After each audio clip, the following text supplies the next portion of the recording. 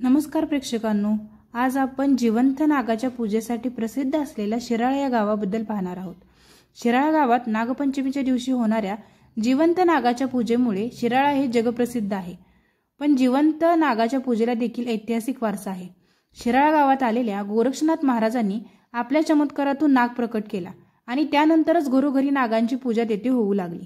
गावातील महाजन कुटुंबाच्या दारामध्ये गोरक्षनाथ महाराज भिक्षा मागण्यासाठी आले होते। तो दिवस होता नागपंचमीचा। दारात पोचलेल्या गोरक्षनाथ महाराजांनी भिक्षा मागण्यासाठी अनेक वेळा हाक दिली, मात्र आतून कोणीच लवकर आले नाही। काही वेळांनी घरातील महिला आल्या।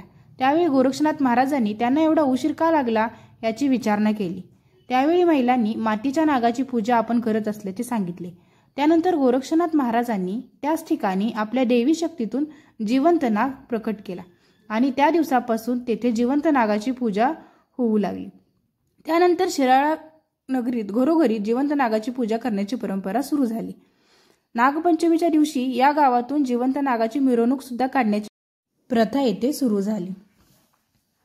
माहिती आवडली असेल तर व्हिडिओला नक्की लाईक करा आणि चॅनलला सबस्क्राइब करा। व्हिडिओ बघितल्याबद्दल धन्यवाद।